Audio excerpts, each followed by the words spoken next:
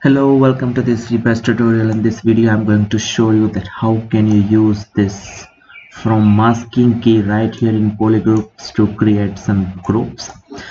If I first by this key we can understand that we have to create a mask from this on the object, and if I click on from masking it will create a group in the object.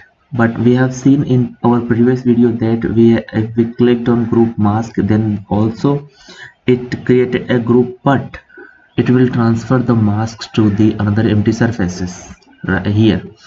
And if I click on group mask and clear mask, it will also work like that, but the mask will be deleted from the surface.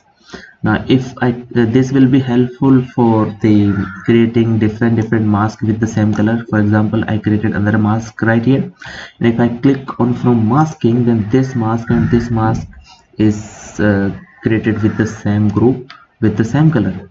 For example, if I create a mask here and click on from masking, then this three will be with the same color and the mask will not be removed.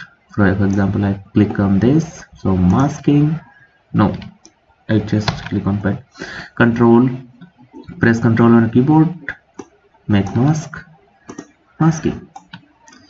So that's it for this video, and I hope you like it. Thumbs up for this video. Stay tuned for my upcoming videos and subscribe my channel to get the latest update, and thank you for watching.